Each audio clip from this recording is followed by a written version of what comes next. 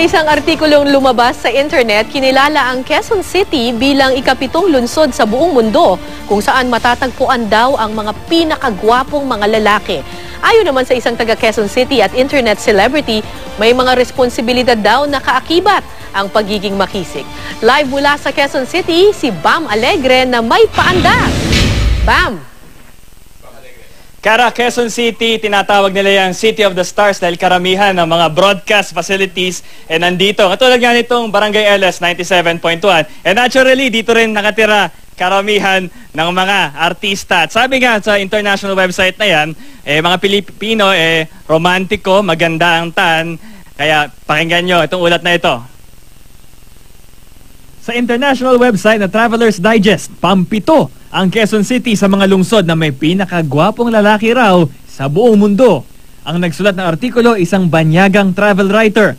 Wala man siyang malinaw na batayan sa piniling mga lungsod, nilarawan niya ang Quezon City bilang City of Stars.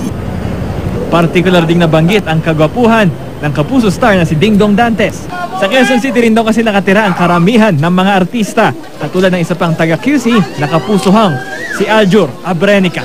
Oh, I'm very proud kasi kasi taga Quezon City ako, so kahit hindi ako pogi na rin ako. Character trait ng pagiging isang Pilipino. Kasi yung mga Pinoy kasi, ibang klase yan eh. Iba silang magmahal sa babae. Nakakatuwa kasi lumaki ako sa Quezon City. Pero totoo nga naman, marami talagang gwapo sa Quezon City. Ano naman kaya ang masasabi ng ilan pang mga artistahin galing QC? Oo naman po ata. Mukhang nakikita naman po natin kung punta tayo sa Quezon City. Mga gwapo nga naman talaga mga lalaki. Ganun ba? Well, ganun talaga. Sabi mo to? Siguro po, you have to see to believe. Ewan ko na lang. Payag naman kaya ang ilang mga dilag sa pagkilalang ito sa mga lalaking taga QC? Kasi may mga lalaki naman na galing ng Makati, napapalagi lang talaga sa QC, na nagkataong gwapo sila, baka nasama sila sa study. So, technically, na-challenge ko yung sources nila. Top 7 lang? Naunahan ng Quezon City, Philippines, ang lungsod ng Dublin, Ireland, Seoul, South Korea, at Cannes, France. Habang kahanay naman natin ang mga lungsod ng Freetown, Sierra Leone, San Juan, Puerto Rico, Miami, United States, Istanbul, Turkey, Madrid, Spain, at Havana, Cuba.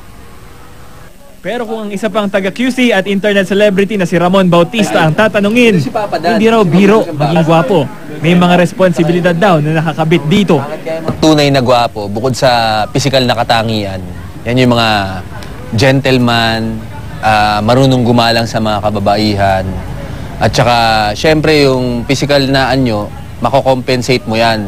Pag kulang ka niyan, dadaanin mo sa diskarte. Ang kagwapuhan, hindi dapat pinagmamayabang yan.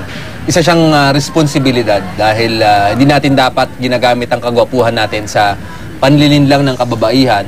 Kung kasaysayan naman ng pagbabatayan, iba raw ang pananaw ng ating mga ninuno sa isang gwapo, makisig na lalaki. Even before tayo ma-occupy ng mga Spaniards at Americans, at bago sila mag-impose sa atin ng mga bagong pamantayan ng kagandahan at kagwapuhan, meron na talaga tayong sarili mga pamantayan. Yung physical na strength, no? Para maging mga productive na forces sa kanilang society, no? Pagiging mga mahusay na mandirigma, mahusay na mga manghahabi, fertile na mga tao. Kara, nakigulo tayo rito sa programa ni Papa Dan, yung Wanted Sweethearts. At nagkataon, may reunion din ng Brew Rats dito sa studio. Tatanungin natin yung ating mga guest na mula Quezon City. No? Ano nga ba ang meron sa mga Pinoy na wala sa ibang lahi? Ramon? Yung mga Pinoy, malalaki tiyan siguro kasi mahilig magkanin.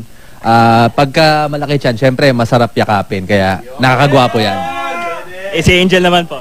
Ang mga Pinoy, mga mahilig magdiriwang, so mga tambay sila, mga tumador, ganun. Pero dahil doon, masaya rin silang kasama, mga malalambing, kaya panalo din yon. Eto, Kara, nag-guest na sa atin to, pero hindi muna natin tatanungin kasi taga Marikina.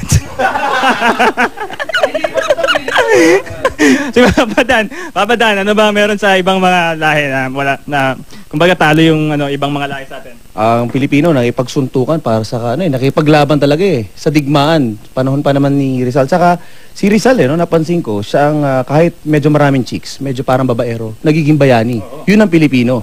Kahit maraming babae, pwedeng maging bayani. Kara, since guest natin sa Quezon City si Tado, magsalita. Tado, ano ba meron sa mga Pinoy na wala sa iba? Mayabang. Walang pakialam, ganun. Yan ang pulso ng mga panauhin natin dito ngayon. Kara? Bam, tagasan ka ba? Tagasan ka, Bam? Taga Quezon City.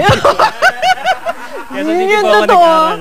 Doon po ako nakatira sa border ng Caloocan at Quezon City. Okay, sa border. Pero to be fair naman, may hati po ako ng Caloocan. Kaya Alam mo, pero Quezon City po nagpaaral sa akin, public school. alam mo, Bam, sa takbo ng mga ini-interview mo, feeling ko kasama rin ng Quezon City sa mga lugar kung saan maraming mga lalaking pinakamahangin. At bilib na bilib sa sarili. Opo, medyo confidence po talaga. Itong same confidence na to, ito yung dahilan kaya kahit saan mo dalhin ang Pilipino, mapa-ibang bansa man, kaya mag-adjust, kaya mag-cope up. Kaya kahit saan man natin dalhin yung mga Pilipino, no? Kahit sa dagat, di sila nalulungkot, kaya nila maging masaya. Kara. Maraming salamat, Bam Alegre, para sa iyong paandar.